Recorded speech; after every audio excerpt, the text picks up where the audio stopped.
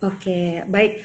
Sebelumnya juga Miss mau menyampaikan sedikit bahwa Miss sebenarnya adalah guru biologi biasa, jadi uh, ilmu yang atau pengetahuan yang Miss akan bagikan di sini ya memang sesuai dengan yang dipelajari di sekolah-sekolah. Jadi kalau misalnya Ian tanya sih apa itu virus gitu ya, kalau secara ilmu biologi ya Miss boleh menjawab Ya. di sini.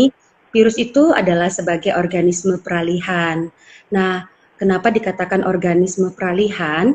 Dikatakan peralihan itu karena virus memiliki sebagian ciri-ciri dari makhluk hidup dan sebagian lagi ciri-ciri dari makhluk tak hidup atau benda mati. Jadi karena memiliki sebagian ciri hidup, sebagian ciri tak hidup, maka ahli biologi mengatakan virus itu adalah organisme peralihan. Terus kalau ditanya, apa sih ciri makhluk hidup yang dimiliki oleh virus? Nah, virus rupanya bisa bereproduksi. Nah, itu adalah ciri makhluk hidup kan, seperti kita manusia. Jadi virus bisa bereproduksi, bisa berkembang biak, itu sama meaningnya. Nah, kenapa dikatakan dia makhluk tak hidup? Dia bisa dikatakan makhluk tak hidup karena para ahli biologi kemarin sudah mampu mengkristalkan virus itu sendiri. Jadi dia seperti benda mati, kristal itu seperti benda mati ya. Maka itulah pendapat para ahli biologi terkait dengan virus itu sendiri. Oke, jadi kita udah dapat nih, Miss ya. Berarti virus itu bisa dikatakan organisme peralihan tadi misalnya yang sebutkan ya. Peralihan karena virus itu punya ciri-ciri yang bisa dibilang ciri-ciri yang dimiliki sama makhluk hidup lainnya. Iya, Bereproduksi, berkembang iya, biak seperti itu. Dan ternyata bisa juga virus itu dikristalkan tadi ya, Miss ya, menjadi sesuatu betul. benda yang mati itu tadi ya. Nah, kalau membahas virus nih, Miss, dulu kan kita belajar tentang virus dan bakteri ini, sesuatu yang sering dikait-kaitkan antara virus dan bakteri. Nah, sebenarnya perbedaan apa sih sebenarnya yang mendasarkan ini itu virus dan bakteri itu seperti apa? Iya. Kalau dalam pelajaran biologi memang sudah jelas ya berbeda pembahasannya. Ada pembahasan tentang virus, ada pembahasan tentang bakteri. Namun sebenarnya walaupun berbeda pembahasan, ada beberapa persamaan dari kedua organisme ini. Nah, kita bahas dulu apa bedanya gitu supaya kita Oke. juga tahu ya apa bedanya gitu. Iya. Secara umum aja nih, Miss sampaikan. Uh, Kalau dari bakteri sendiri, kalau Hmm. dalam ilmu biologi, bakteri itu disebutkan sebagai organisme yang sudah memiliki sel. Walaupun selnya itu satu atau sel tunggal disebut. Maka di biologi dikatakan bakteri itu adalah organisme uniseluler. Jadi organisme yang sudah memiliki sel. Nah, sama kayak kita manusia. Kita di dalam tubuh kita ada sel, sama dengan hewan. Berarti bakteri itu sudah memiliki sel gitu. Nah, bedanya dengan virus, virus sendiri dalam ilmu biologi itu dikatakan sebagai organisme yang tidak memiliki sel atau disingkat dengan asesular. Nah, di situ perbedaannya. Asesular. Lalu yang kedua, yang paling ringan lah ini ya, ukurannya.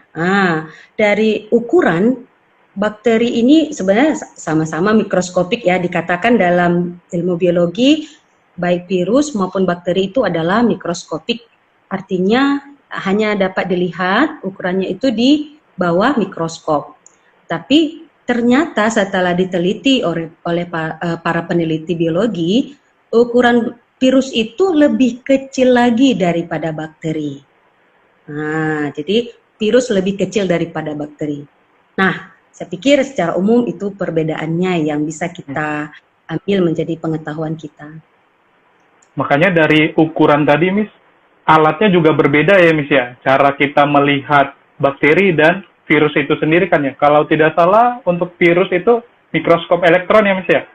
Ya, dan untuk melihat Oke. kedua jenis organisme ini kita menggunakan mikroskop khusus, mikroskop elektron namanya, ya mungkin di sekolah-sekolah belum banyak memakai itu, ya. Jadi memang khusus yang adanya ini mungkin di laboratorium yang mungkin yang sudah apa namanya yang perkembangan laboratoriumnya itu untuk meneliti jenis-jenis virus dan bakteri. Nah, di situ baru ada tuh mikroskop elektron dan perbesarannya juga perbesaran yang mungkin yang tinggi, mungkin sampai 10.000 atau 50.000 kali, mungkin ya. Nah, seperti itu perbesaran yang digunakan di mikroskop elektron untuk mengamati virus maupun bakteri. Oke, ya. Berarti tadi kita dapat kesimpulan perbedaannya pertama dari selnya sendiri ya, Miss ya. Yaitu bakteri adalah uniseluler dan kalau virus itu aseluler. Kalau dalam istilah biologi itu artinya tidak. Itu berarti yang tidak. Ya, jadi aseluler, tidak mempunyai sel gitu. Uniseluler ini dalam biologi artinya satu. Jadi bakteri satu sel. Sedangkan virus tadi aseluler, artinya tidak terdiri dari sel. Nah, mungkin di sini ada yang mau bertanya. Mungkin selama kita berinteraksi, boleh ya? Boleh nih ya, selama kita berinteraksi, bagi yang memang mau bertanya, sangat dipersilahkan ya, teman-teman. Karena kan di sini kita mencari informasi bersama dan untuk mendapatkan informasi secara bersama juga. Ya, boleh. Bagi yang mau bertanya, dipersilakan. Nah, Nah, dari asal-usulnya itu sendiri nih, kira-kira virus itu asal mulanya dari mana gitu? Kenapa bisa kita katakan ini virus gitu? Iya, berarti kalau kita bicara tentang asal mula, kita bicara tentang sejarah nih, ya, sejarah penemuan. Jadi dulu lah ya, kita katakan ini jauh sekali, sudah lama sekali nih ya, mungkin sekitar 1800-an mungkin ya, gitu. Ditemukan ada penyakit, Daniel, ada penyakit pada tumbuhan tembakau. Jadi kalau misalnya kita bayangkan ya, ada bercak-bercak kuning mungkin pada daun, pada batang tumbuhan tembakau. Nah, pada saat itu sudah ditemukan mikroskop, Daniel. Lalu ketika timbulnya penyakit bercak kuning ini, para peneliti, para ilmuwan itu berlomba-lomba meneliti ini jenis penyakit apa, gitu ya. Ini penyakit apa nih? Apa yang menyebabkan penyakit ini? Gitu-gitulah ya. Lalu diambil nih spesimennya, yaitu daun tumbuhan tembakau. Diambillah spesimennya, dibawa ke lab gitu. Lalu diamati, ternyata ini bukan ini belum pernah ada gitu ya. Ini bukan bakteri. Ini bukan bakteri. Pada saat itu bakteri sudah juga ditemukan. Jadi sudah ada. Kan ini bukan bakteri. Nah, lalu di tahun 1897 muncullah penemu yang bernama Martinus Willem Beijering, seorang ahli mikrobiologi Belanda. Dia meneliti juga karena memang belum ada waktu itu nama penyakit atau penyebab penyakit bercak kuning pada tembakau tersebut. Nah, Martinus Willem Beijering atau Beijering ya sering disebutkan, itu meneliti penyakit ini dan dia menemukan fakta bahwa ternyata yang menyerang penyakit pada tembakau ini, ya, yang membuat penyakit bercak kuning ini adalah sebuah partikel yang sangat kecil. Nah, kata si Beijering, partikel ini hanya dapat bereproduksi pada tumbuhan tembakau. Lalu fakta yang lain, kata Beijering, partikel ini ketika dimasukkan ke dalam alkohol tidak mati. Nah, dia ketemukan lagi fakta lain, ketika dikembangkan partikel ini pada medium pertumbuhan bakteri, nggak berkembang dia. Nah, berarti ini bukan bakteri, makin kuat ini. Berarti ini bukan bakteri, ini apa gitu. Tapi nggak sampai pada kesimpulan Beijering ya. Lalu muncullah penemu yang lain, yaitu Wendell Stanley, ilmuwan Amerika yaitu ya, pada tahun 1935. Nah, dia ambil partikel ini, lalu partikel yang penyebab bercak kuning pada tembakau, lalu si Stanley melakukan pengkristalan dan berhasil. Partikel ini dapat dikristalkan. Lalu Stanley lah yang membuat nama untuk partikel ini, yaitu namanya tobacco mosaic virus atau virus mosaik tembakau atau disingkat dengan TMV. Nah, jadi setelah penyebab penyakit bercak kuning pada tembakau itu adalah TMV dan adalah virus, maka para peneliti yang lainnya mulai berlomba-lomba dan mengembangkan penelitian tentang virus itu sendiri hingga sampai saat ini. Berarti pertama kalinya pada tumbuhan tembakau, Miss ya? Iya, itu awalnya diteliti ya lebih lanjut. Nah, tadi kita ada dapat sifat baru ya, Miss ya, bahwa kalau dia kita masukkan ke dalam cairan alkohol, dia belum tentu mati tadi ya, Miss ya? Nah, iya, belum tentu mati. Belum tentu mati. Iya. Nah, tadi Miss ada pertanyaan nih dari teman kita, Pauline Chengo. Ini mau bertanya tentang perkembangbiakan. Virus berkembang biak dengan menumpang tubuh bakteri. Benar apa enggak, Miss? Ya, tubuh bisa. Virus kita bisa tentang ini ya, reproduksi virus ya, atau cara berkembang biaknya virus. Iya. Nah, jadi kita boleh bantu jawab. Pertanyaan siapa tadi, Daniel? Pertanyaan dari Pauline Chenzo. Pauline Chenzo. Iya, jadi virus sendiri itu memiliki sifat yang unik ya. Kita harus tahu sifat uniknya virus itu apa ya. Nah, virus itu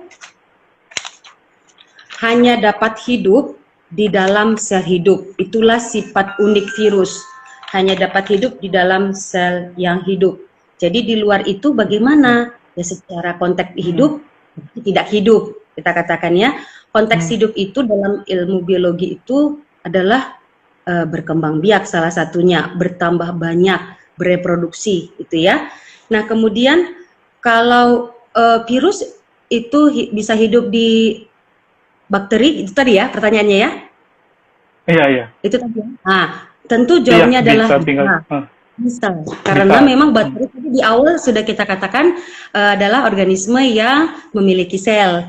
Jadi ketika si virus itu masuk atau menginfeksi bakteri, ya dia bisa dapat hidup di dalamnya.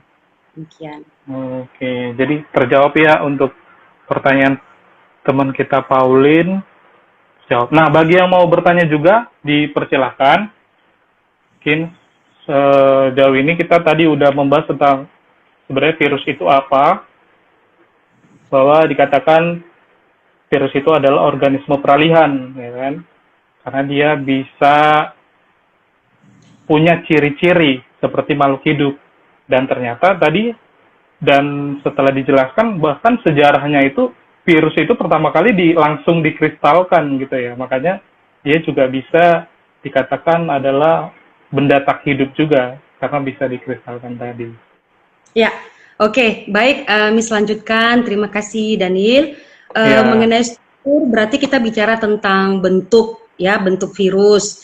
Tadi di awal memang sudah kita sampaikan bahwa kalau untuk melihat bentuk virus kita menggunakan mikroskop elektron. Nah, beruntungnya kita sudah disajikan banyak tentang bentuk-bentuk virus itu. Boleh kita lihat di Google, bisa kita lihat di YouTube gitu ya. Di sini boleh saya sampaikan bahwa bentuk virus itu bervariasi ya, bermacam-macam. Artinya ada yang berbentuk oval, bulat ya, seperti virus influenza, ada yang berbentuk silinder atau batang, ada yang berbentuk kompleks. Nah, ada virus kompleks. Apa ini virus kompleks? Virus kompleks itu berarti mendekati kesempurnaan. Kalau dikatakan virus kompleks, berarti bentuk tubuhnya itu sudah berbentuk gitu, menyerupai bentuk yang menyerupai bentuk manusia, organisme lain lah ya, yang seperti kita ada kepala, ada tangan, ada kaki kan seperti itu. Nah, virus itu ternyata sudah memiliki bentuk kepala dan ekor. Nah, makanya dikatakan virus kompleks. Virus kompleks ini contohnya itu virus yang menyerang bakteri tadi yang ditanya si Paul. Jadi ada virus yang menyerang bakteri, salah satu contoh virus kompleks yang sudah terdiri dari kepala dan ekor. Nama yang menyerang bakteri itu namanya bakteriofag. Oh, bakteriofag. Ya, secara struktur sendiri virus ini terdiri dari dua bagian luar dan bagian dalam. Ya, struktur tubuh virus itu terdiri dari dua bagian luar dan bagian dalam. Bagian luar itu sering disebut dengan lapisan atau selaput yang terdiri dari protein. Nah, seringnya dikenal dalam buku biologi itu disebut dengan kapsid. Nah, bagian yang kedua itu adalah bagian dalam. Bagian dalam atau bagian di dalam tubuh virus itu sendiri itu adalah asam nukleat. Nah, kalau kita belajar biologi di kelas 12, asam nukleat itu ada dua jenis. Nah, ya, jenis yang pertama dikenal dengan DNA. Mungkin kita udah tahu ya. Yang kedua RNA. Jadi di dalam struktur virus ada asam nukleat ini, tetapi tidak kedua-duanya ada. Nah, satu virus hanya terdiri dari satu jenis asam nukleat saja. Kalau tidak DNA, ya RNA. Maka nanti kalau ada pembahasan di buku itu ada pembagian virus, ada virus DNA, ada virus RNA. Karena memang virus hanya memiliki satu jenis asam nukleat saja, tidak kedua-duanya. Oke, iya. Berarti cuman pilihan ya, Miss ya, antara dia virus yang sifatnya punya asam nukleat DNA dan RNA ya, Miss ya. Oke, dan tadi protein yang tadi Miss sebutkan adalah namanya kapsid ya. Nah, kapsid. Kapsid, Miss ya. Itu penyusun dari virus ya, Miss ya. Oke. Nah, lanjut ke karakteristik mungkin ya, Miss ya. Sebenarnya karakter atau sifat virus ini bagaimana sih?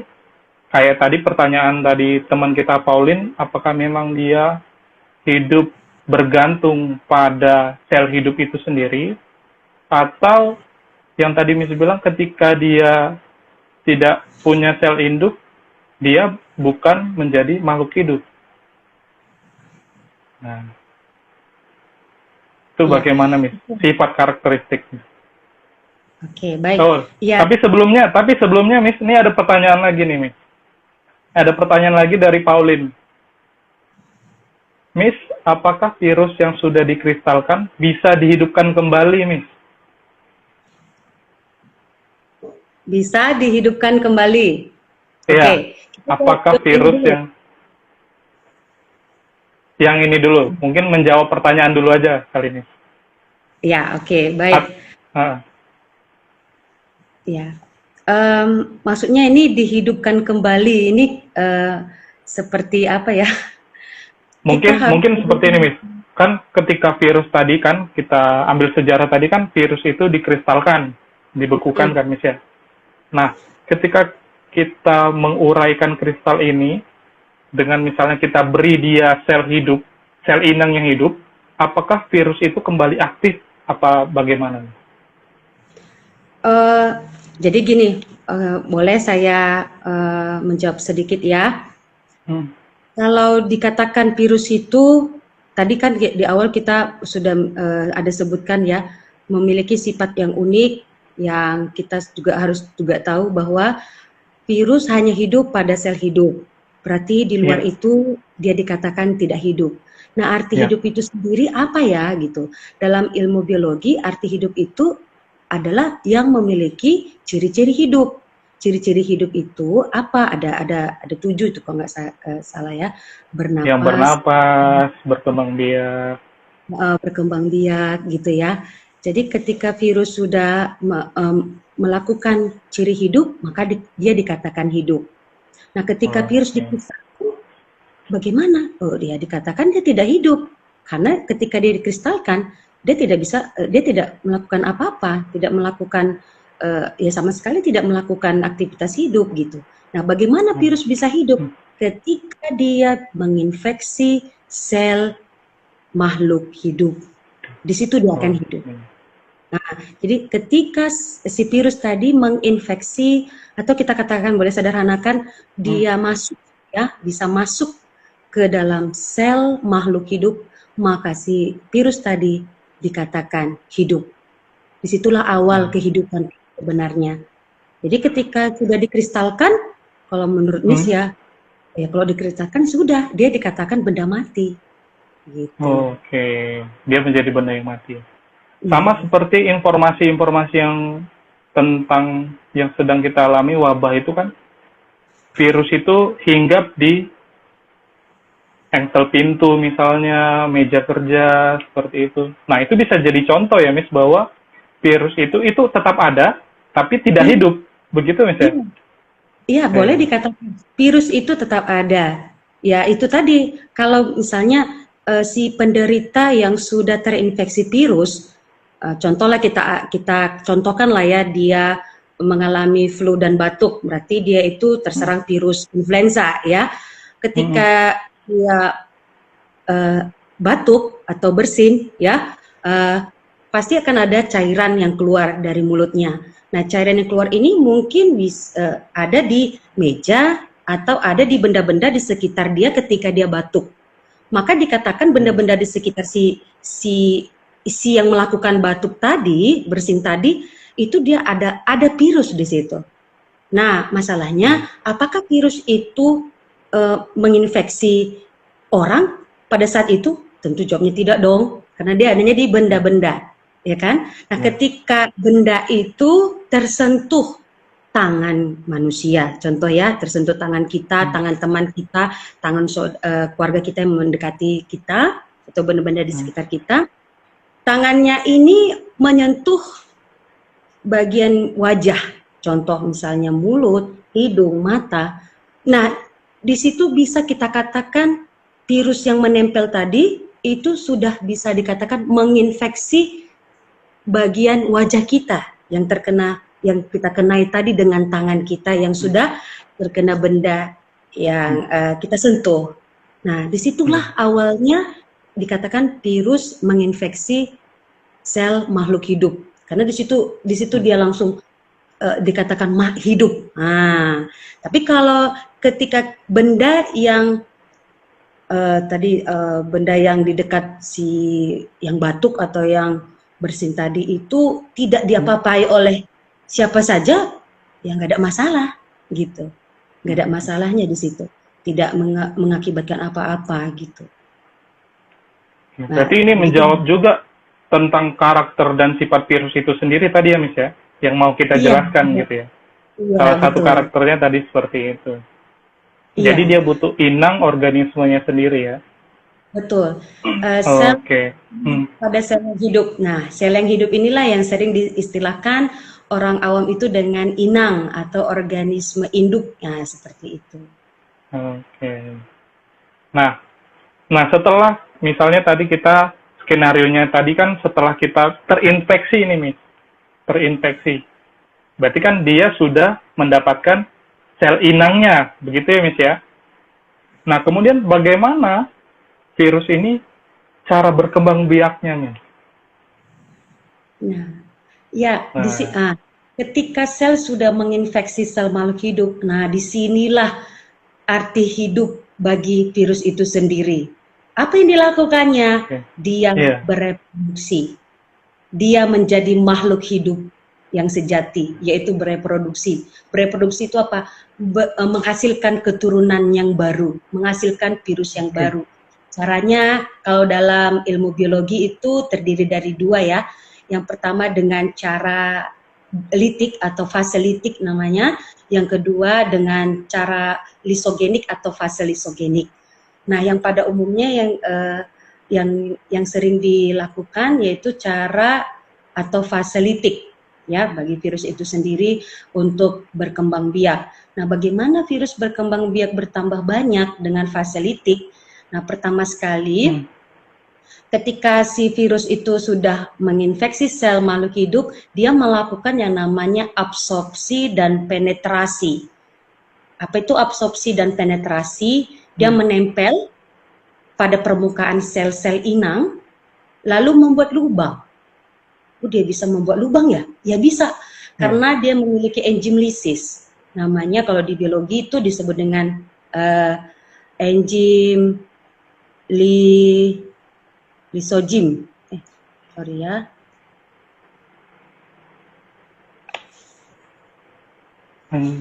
Lisozim mungkin bisa. Ya, lisogim, iya. Kemudian tadi kita sampai di absorpsi dan penetrasi. Ketika si virus sudah masuk ke dalam sel inang, dia melakukan yang namanya peristiwa absorpsi dan penetrasi, yaitu dia menempel di sel-sel di permukaan sel-sel inangnya, lalu membuat lubang. Nah, ketika dia membuat lubang, disitulah si virus itu masuk ke dalam sel inangnya. Nah, setelah si virus masuk dan berada di dalam sel inang, apa yang dilakukannya? Dilakukannya tahap yang berikutnya, yang disebut dengan menyusupkan genetik virus untuk bisa bergabung dengan genetik sel inangnya. Nah, memasukkan genetik, berarti genetik bicara tentang DNA atau RNA, ya. Dia memasukkan genetik virus itu sendiri dan bergabung dengan genetik sel inangnya.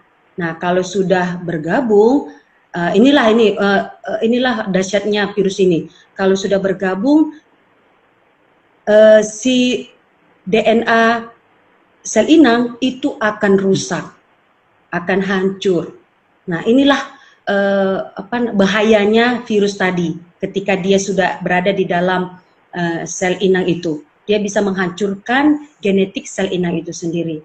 Nah, ketika dia sudah menghancurkan genetik sel inang, apa yang dilakukannya? Dia lanjutkan tahap berikutnya, yaitu bereplikasi.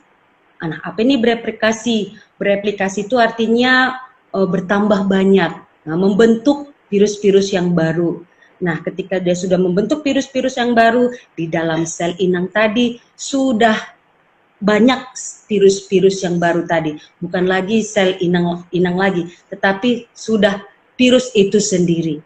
Nah, berarti kita dapat simpulkan di dalam sel inang sudah ada virus-virus yang baru dan jumlahnya mungkin ada banyak.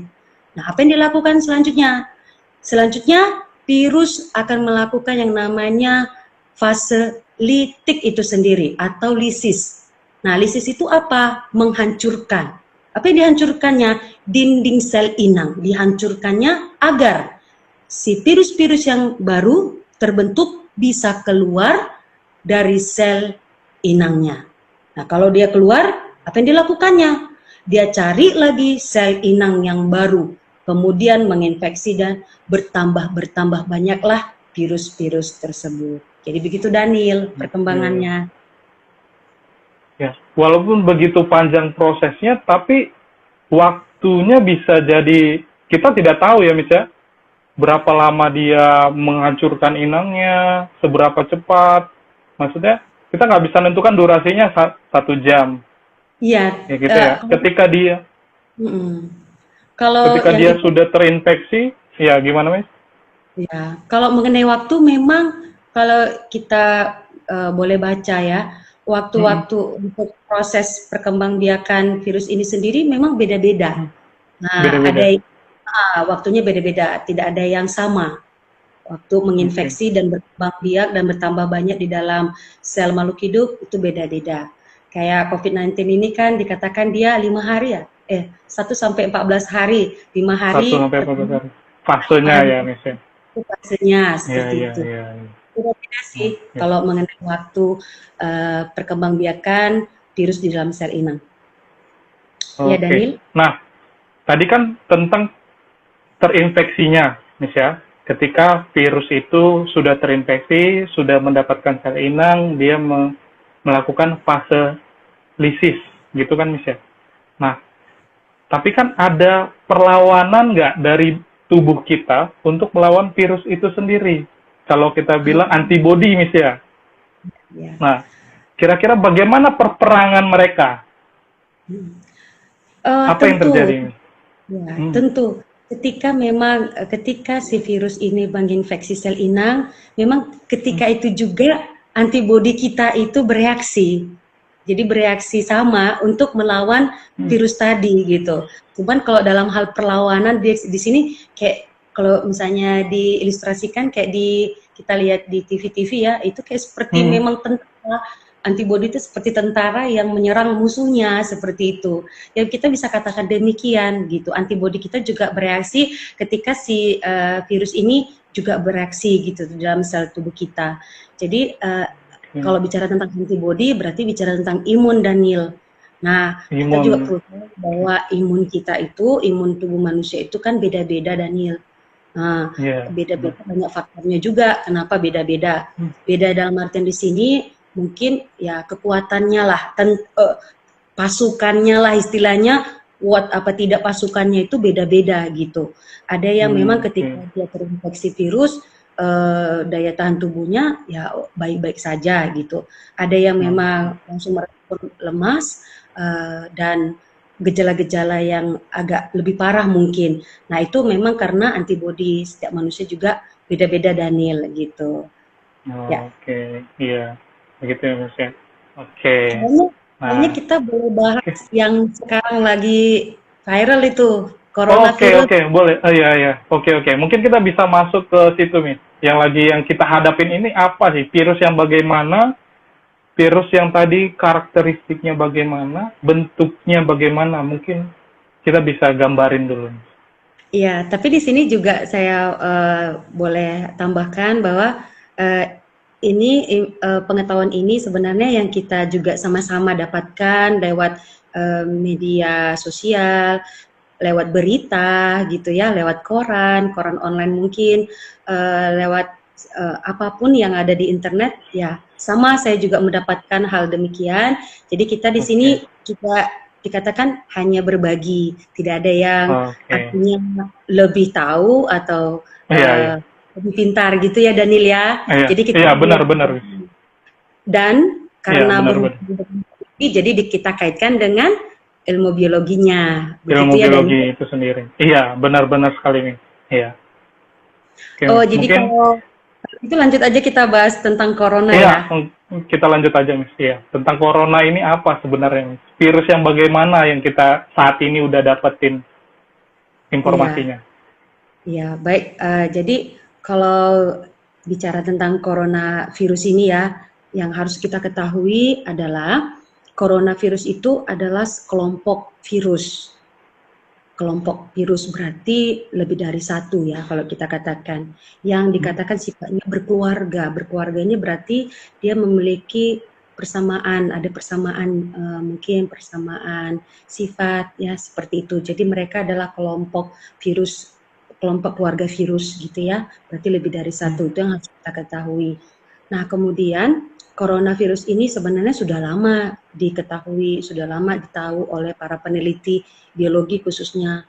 Kalau tidak salah saya katanya tahun 1900-an itu udah diketahui sih, sudah diidentifikasi ada coronavirus tahun 1900-an ya. 1990 mungkin itu yang saya baca sih gitu ya. Jadi kemudian coronavirus itu sendiri ternyata sudah menyebabkan timbulnya beberapa penyakit pada organisme atau inang yang diinfeksinya. Jadi coronavirus ini sudah menimbulkan beberapa penyakit yang khususnya itu menyerang manusia. Jadi kenapa di sini saya katakan langsung menyerang manusia, karena memang kita perlu tahu bahwa coronavirus ini sudah ada beberapa menyebabkan penyakit gitu ya. Salah satu ya, bolehlah saya sebutkan 3 ya penyakit yang disebabkan oleh coronavirus. Yang pertama itu kalau pernah kita dengar penyakit SARS. Yang kedua itu MERS, dan yang terakhir ini yaitu COVID-19. Jadi ketiga penyakit besar ini, saya ambil ketiga jenis penyakit ini. Memang ada lagi penyakit yang lain, tapi saya ambil ketiga jenis penyakit ini karena coronavirus ini menyebabkan penyakit yang sangat luar biasa saya katakan. SARS, MERS, dan COVID-19 itu adalah salah satu penyakit yang luar biasa.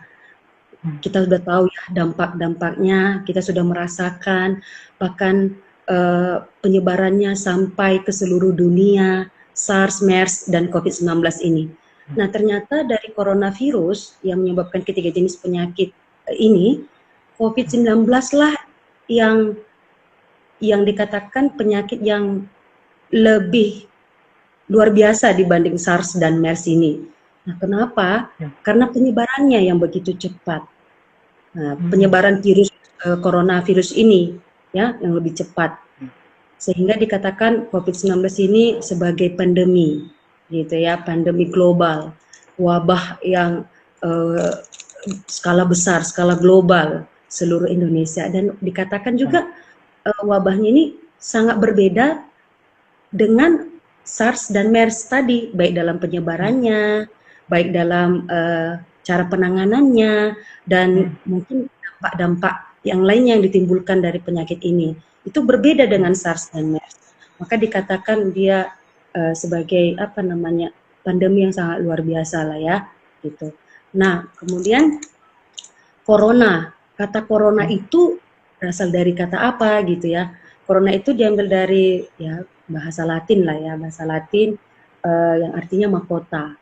Karena memang dari segi bentuk virus corona ini memang dia kayak menyerupai duri-duri atau paku-paku yang ada di sekeliling. Kalau misalnya kita anggap bola, di sekeliling bola ini ada paku-paku atau duri-duri gitu.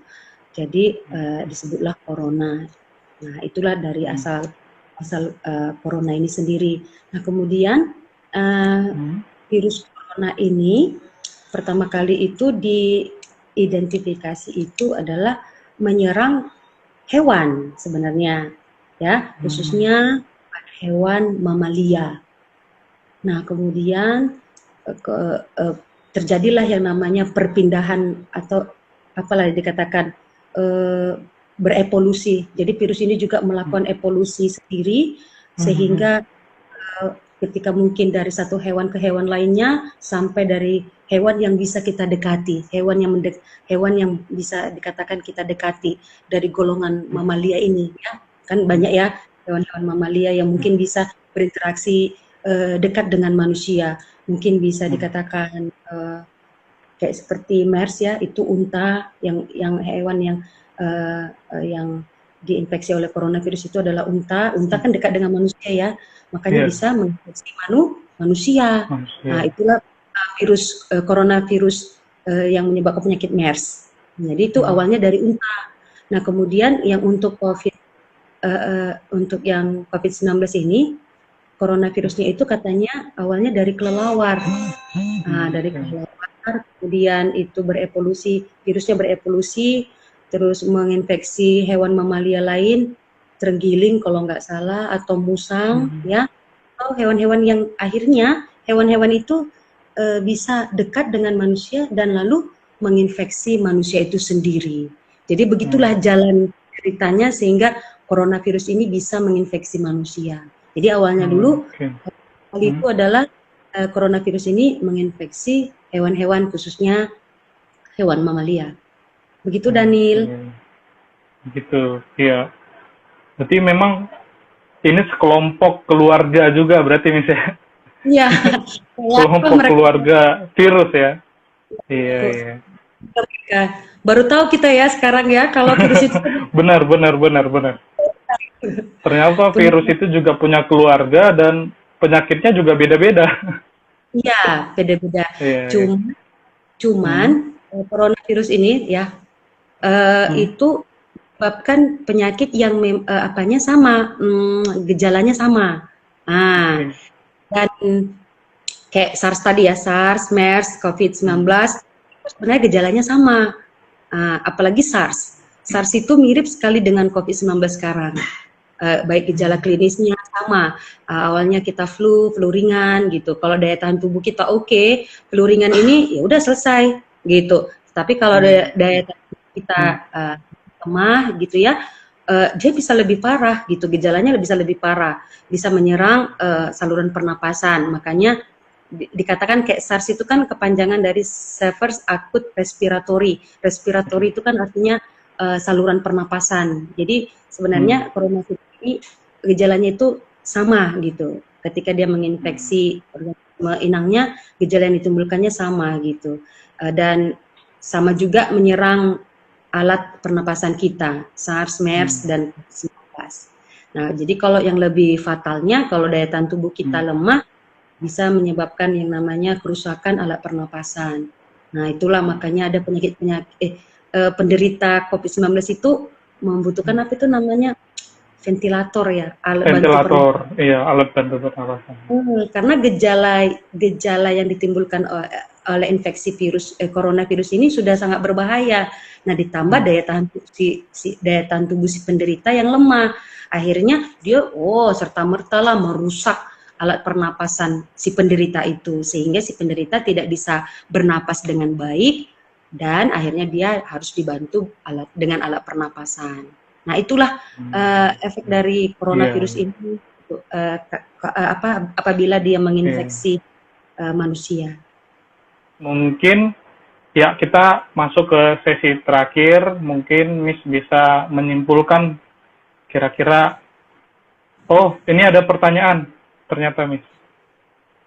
Bagaimana cara meningkatkan imunitas selama pandemi Miss?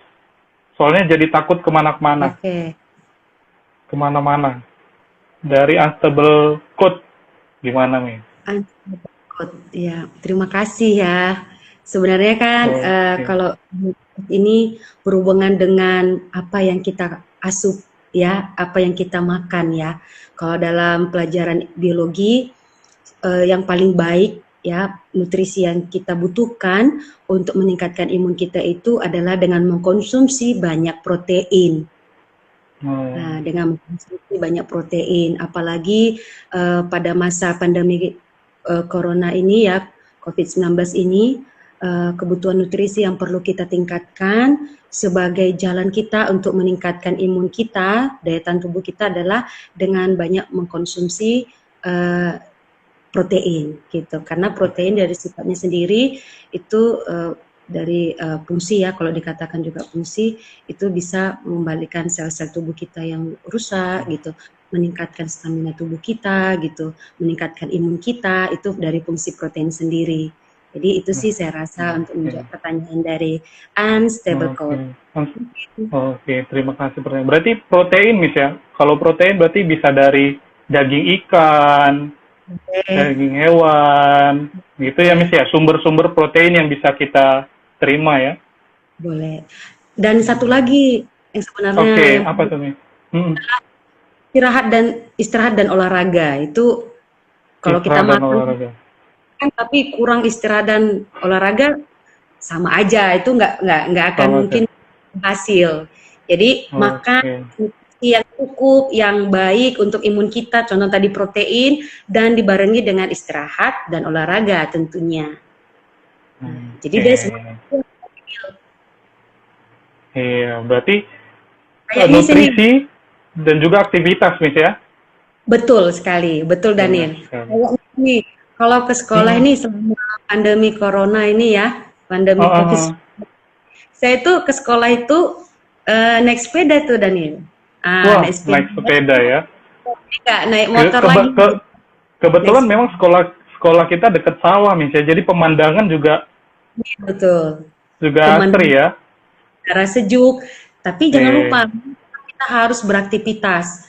Dan satu lagi, selama kita ya beraktivitas di rumah ya, selama pandemi COVID-19 ini, memang kita semua kan lebih banyak aktivitas di rumah. Yang paling penting sebenarnya itu adalah bergerak dan bergerak. Percuma kalau kita makan banyak nutrisi, kita percuma makan vitamin A, vitamin apapun itu, kalau kita tidak bergerak, sama aja tubuh kita dikatakan ya tidak memiliki daya tahan tubuh yang baik. Jadi harus barengan dengan yang cukup, istirahat yang cukup. Oke, mungkin waktu kita mungkin terbatas. ya mungkin kita bisa bertemu dengan di lain kesempatan dengan topik yang bisa jadi, oh ini ada lagi. Bang, nanya dong. Terlalu banyak duduk, leher saya jadi tegang dan mudah pusing. Nah, ini gimana ini menjawabnya dengan ilmu biologi, Miss? Sebenarnya ini kekakuan otot kan, Miss ya? Betul. Makanya kayak kita Tetap, gini dong, oh, unstable cord, agak gerak-gerak hmm. sedikit, goyang sih Oh, kepalanya oke. ke kanan, ke Iya, kiri, gitu.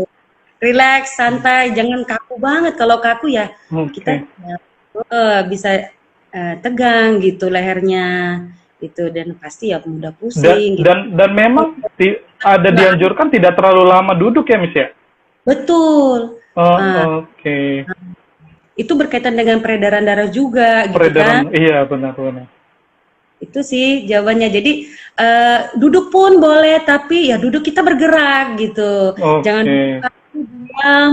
Ya itu tidak baik sih. tidak Unstable baik. ya. Itu Iya. sih. Oke, iya mungkin itu dulu, Miss. Terima Ya, kasih atas kesempatannya. Mungkin Miss bisa menyimpulkan kira-kira apa inti dari pertemuan kita hari ini. ya. Jadi terima kasih Oke, buat yang menonton ya.